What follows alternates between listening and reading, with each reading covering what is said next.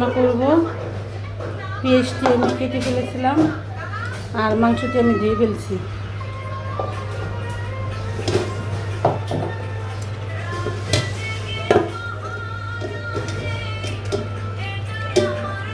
বিসমিল্লাহ বিসমিল্লাহ।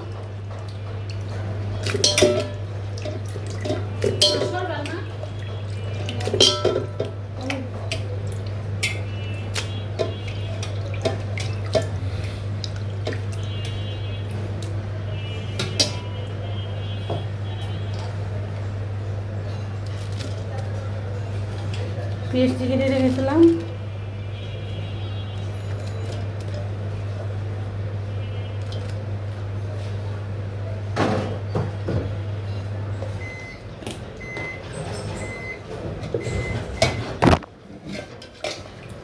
আমি সরষের তেল দিয়ে বিরিয়ানিটা রান্না করব।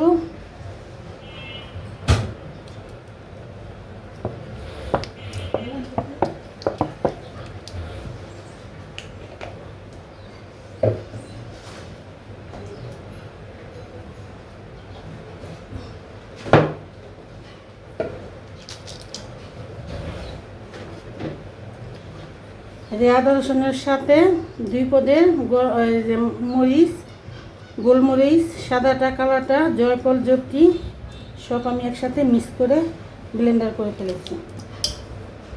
আমি 2 চামচ 3 চামচ ভরে ভরে দিলাম।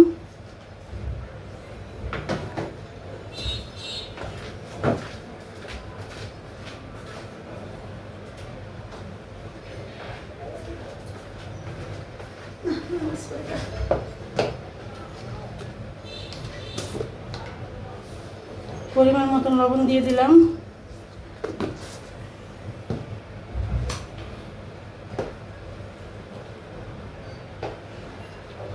দিয়ে আমি একসাথে সব মিক্স করব।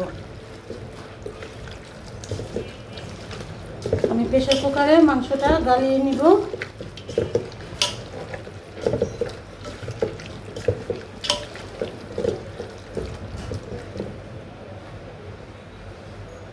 আমি এখানে আর পানি দিব না, আমি এই পানি দিয়েই আমি মাংসটি গালাবো। তারপর আমি পোলাওটা রান্না করব, বিরিয়ানিটা। আমি আর কোনো পানি দিব না।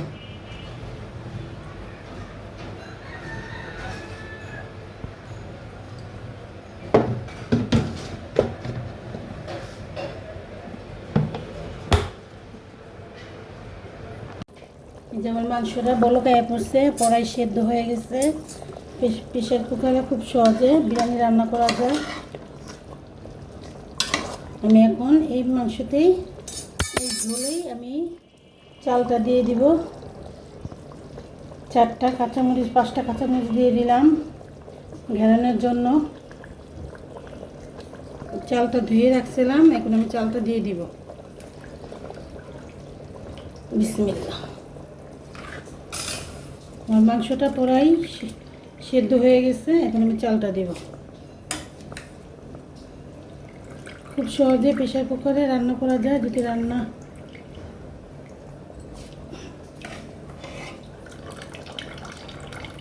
চালটা ধুয়ে আমি ভিজিয়ে রেখেছিলাম আধা ঘন্টা।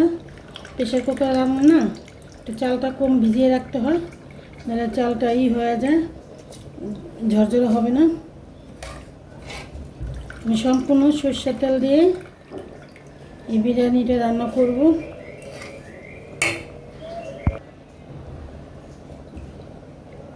আমি চালটা একটু দেব।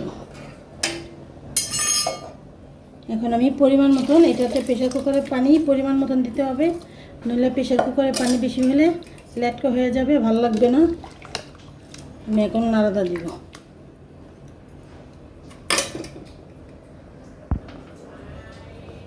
আমি এখন আলু বোখরাটি দিয়ে দিব। আমি আর পানি দিব না, এখানে পানি আমার আর লাগবে না। প্রেসার কুকারে পানি বেশি দিতে হয় না। আমি এটা দিয়ে ভালো করে লাড়া দিয়ে ঢেকে দেব।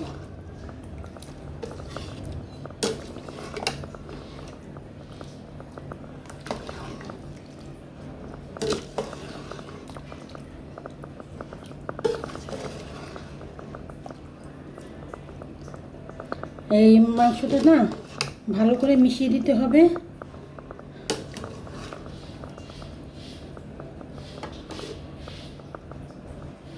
আমি এখন এটা ঢেকে দিব 20 মিনিটের জন্য। 20 মিনিট পরে আমি খুলে দেখব কি অবস্থা আমার প্রেসার কুকারের বিরিয়ানিটা। প্রায় 20 মিনিট পরে আমি খুলব।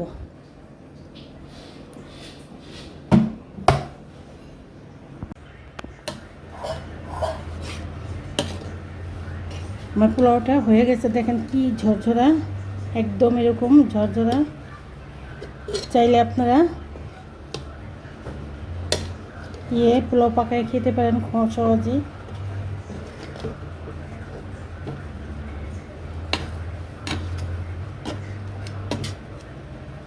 রাইস কুকারে পোলাওটা না একটু সময় নেয়, শর্টকাটের ভিতরে সুন্দরভাবে হয়। চাইলে আপনারা এভাবে সুন্দর পোলাও পাকিয়ে খেতে পারেন।